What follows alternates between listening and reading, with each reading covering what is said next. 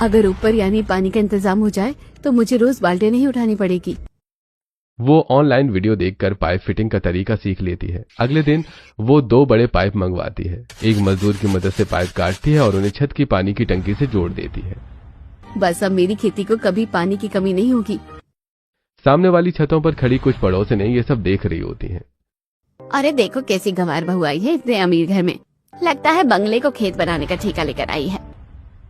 नेहा उनकी बातों पर ध्यान नहीं देती और अपना काम करती रहती है। समय तेजी से गुजरता है। कुछ महीने बीत जाते हैं। अब वहीं छत पूरी तरह से बदल चुकी होती है। जहां पहले सिर्फ सीमेंट दिखाई देता था वहां अब हरियाली ही हरियाली होती है। टमाटर, मिर्च, लौकी, पालक, मेथी और धनिया की कतारें लगी होती हैं। बेलों से लटकती लौकियां छत की खूबसूरती बढ़ा रही होती हैं। पूरा परिवार छत पर खड़ा होकर यह नजारा देख रहा होता है। अरे वाह, ये तो किसी बगीचे से भी ज्यादा सुंदर लग रहा है। हमारी बहू ने कमाल कर दिया। तभी कुछ पड़ोसनें छत देखने आती हैं।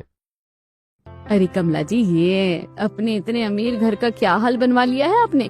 ये छत है या कोई सब्जी मंडी? अरे बस नहीं, बहू आई है ना, अपने गांव के तौर तरीके चला रही है यहाँ।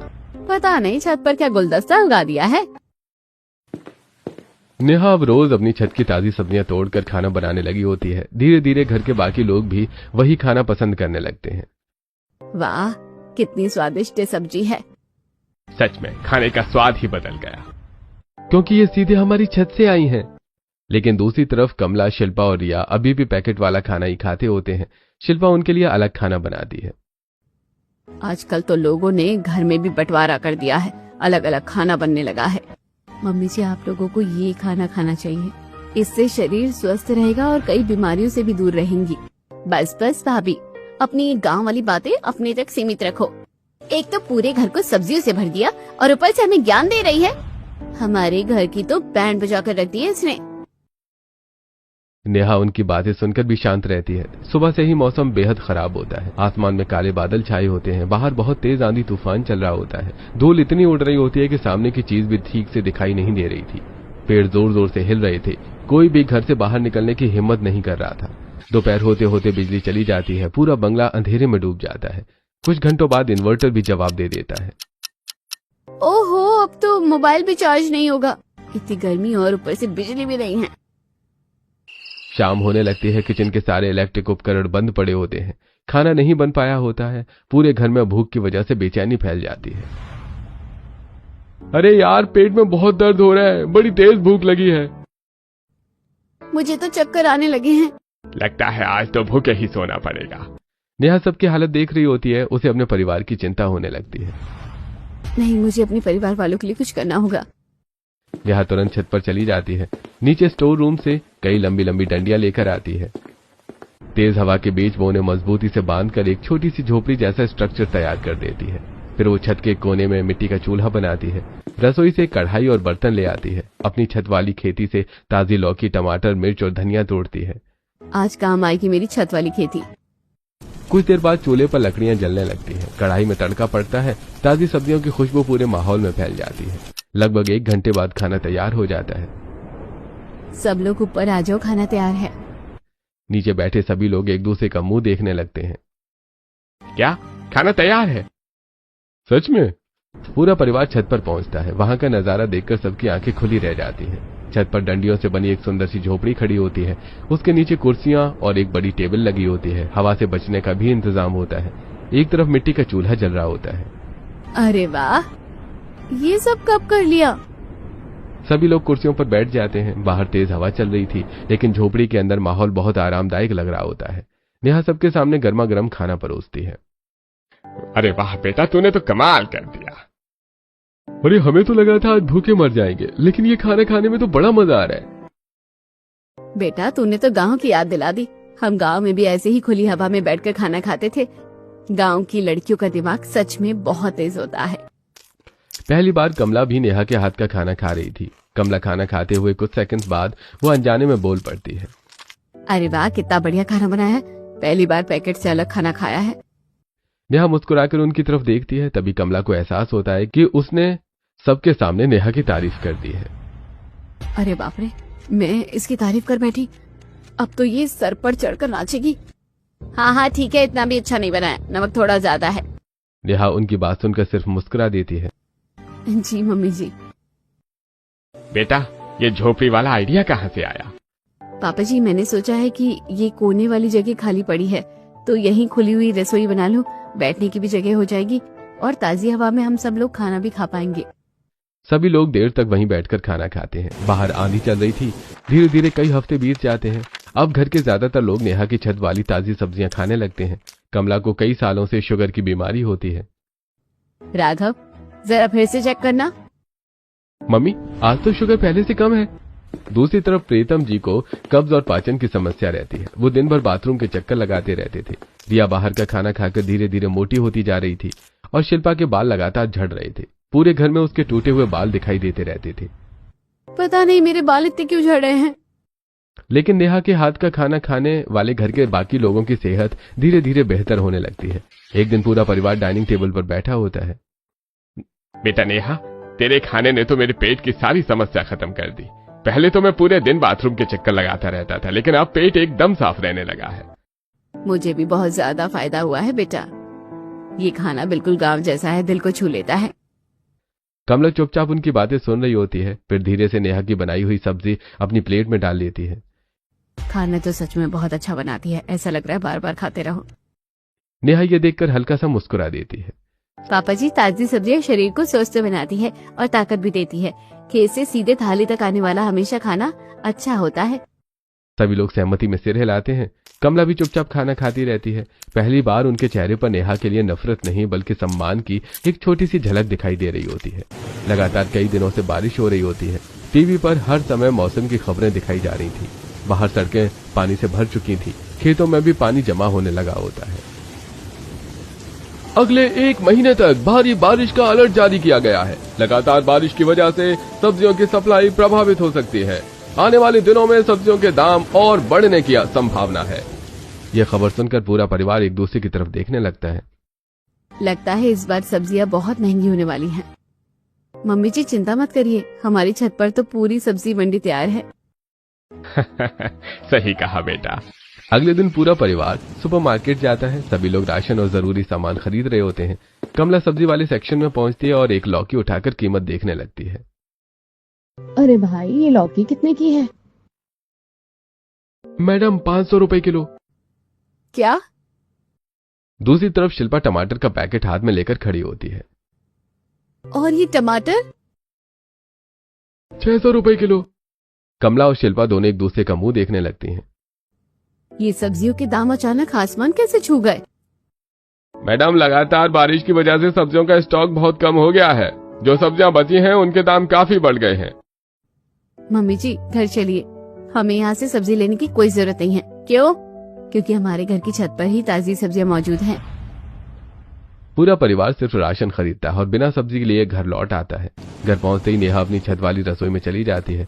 वो ताजी लौकी, टमाटर, पालक और मिर्च तोड़ती है और खाना बनाना शुरू कर देती है। थोड़ी देर बाद पूरा परिवार छत पर बैठा होता है। हल्की ठंडी हवा चल रही होती है। चारों तरफ हरियाली फैली होती है। वाह, ये तो किसी रेस्टोरेंट से भी अच्छा लग रहा है। सभी लोग खाना खाने लगते हैं। नेहा, वाकई आज तो तेरी सब्जियों ने कमाल कर दिया। अगर हम वो महंगी सब्जियां खरीद लेते तो एक टाइम का खाना ही 1000 रुपए का पड़ता। मम्मी जी, यही तो फायदा है ताजी सब्जियों का।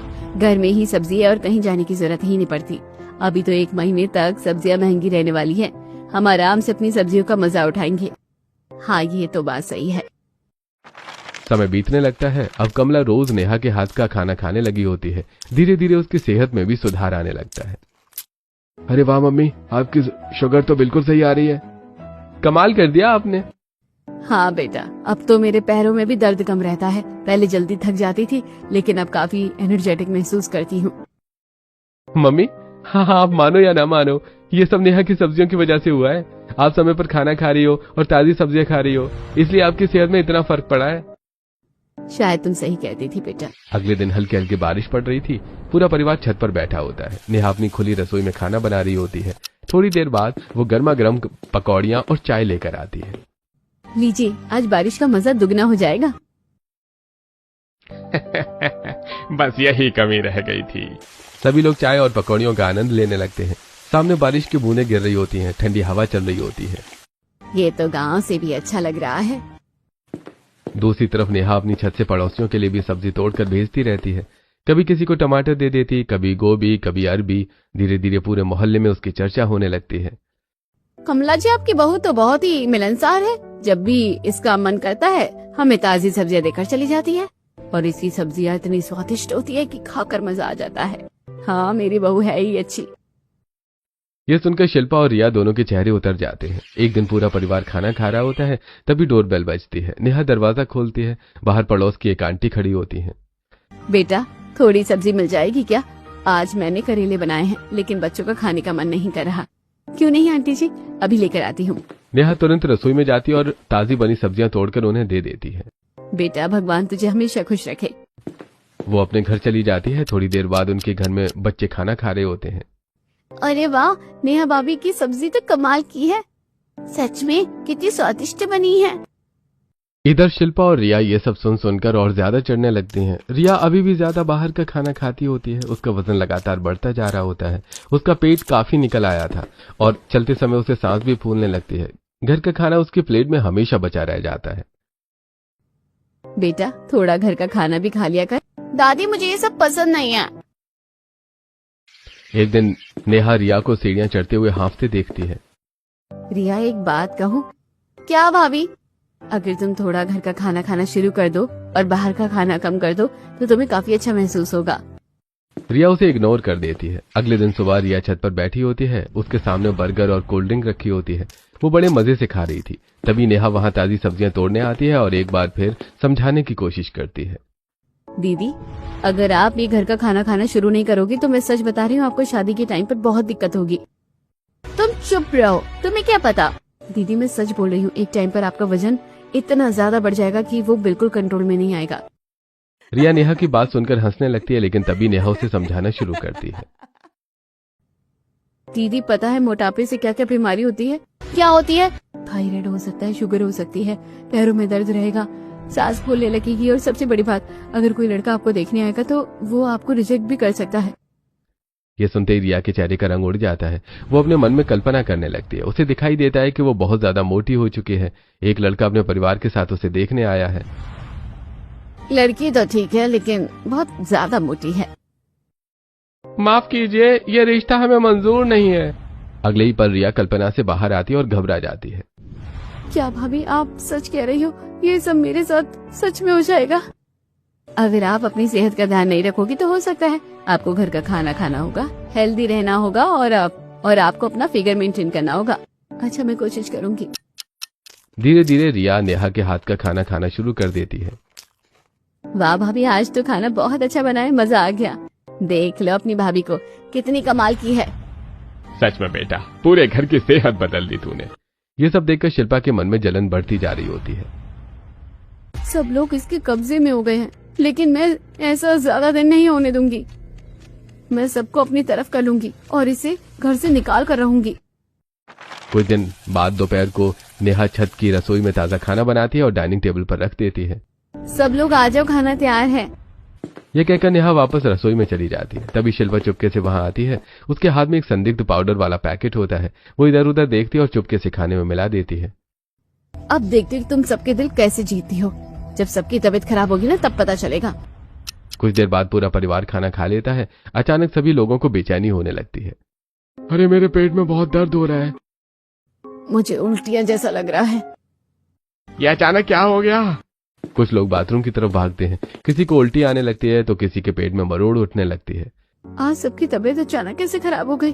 तभी नेहा को भी पेट में दर्द होने लगता है। अरे, मेरे पेट में भी दर्द हो रहा है। डॉक्टर साहब, जल्दी घर आइए। थोड़ी देर बाद डॉक्टर घर पहुंच जाते हैं और सबका चेकअप करते हैं। देखिए, सभी को फूड पॉइजनिंग हुई है। लगता है खाने में कोई खराब चीज चली गई थी। लेकिन डॉक्टर साहब, मैंने तो सारी ताजी सब्जियां इस्तेमाल की थी। तभी शिल्पा मौका देखकर बोल पड़ती है। ये झूठ बोल रही है, जरूर इसने कोई खराब सब्जी इस्तेमाल की होगी। मैं तो तुझ पर भरोसा करके गलती कर बैठी, तू हमेशा गंवार ही रहेगी। कमला, बिना सबूत के किसी को दोष मत दो। तभी रिया कमरे में आती है। बस कीजिए सब लोग। सभी लोग उसकी तरफ देखने लगते हैं। नेहा भाभी की इसमें कोई गलती नहीं है। ये सब शिल्पा भाभी का किया हुआ है। क्या मतलब? मतलब ये कि मैंने आपको अपनी आंखों से खाने के पास कुछ मिलाते हुए देखा था। यही पैकेट था ना जो आपके हाथ में था? मैं सब देख रही थी। मुझे पता था कि आप सिर्फ नेहा भाभी को नीचे दिखाने के लिए इतना बड़ा खेल खेल रही हैं। सच बता शिल्पा, क्या ये सब तूने किया है? शिल्पा का सिर झुक जाता है। हाँ, मैंने ही किया है। पूरे घर में सन्नाटा छा जाता है। सब लोग नेहा को पसंद करने लगे थे और मुझे कोई नहीं पूछ रहा था। इसी जलन में मैंने ये सब कर दिया। मुझे माफ कर दीजिए। तू इस घर की बड़ी बहू है, तेरी इज्जत कभी कम नहीं होगी। लेकिन नेहा अगर अपनी जगह बना रही थी तो तुझे इतनी जलन क्यों हो रही थी? दूसरों को गिराकर कभी कोई बड़ा नहीं बनता। नेहा, मुझे माफ कर दो। आइंदा ऐसा मैं कभी नहीं करूंगी, बल्कि अब से रसोई में तुम्हारी मदद करूंगी। गलती सबसे होती है दीदी। अगर आपको अपनी गलती का एहसास हो गया है तो मेरे मन में आपके लिए कोई शिकायत नहीं है। अगले दिन छत पर हल्की हल्की बारिश पड़ रही होती है। नेहा और शिल्पा साथ मिलकर खुली रसोई में खाना बना रही होती है। नेहा, ये मसाला कहाँ डालना है? दीदी, पहले सब्जी में डालिए। टेबल पर पूरा परिवार बैठा होता है। आज तो दोनों बहुएं साथ में खाना बना रही हैं। यही तो असली परिवार होता है। थोड़ी देर बाद दोनों बहुएं गर्मा गर्म पराठे और चाय लेकर आती हैं। वाह, अब तो स्वाद भी डबल हो गया। बाहर हल्की बारिश हो रही होती है, ठंडी हवा चल रही होती है। पूरा परिवार हंसते मुस्कुराते हुए साथ बैठकर खाना खा रहा होता है।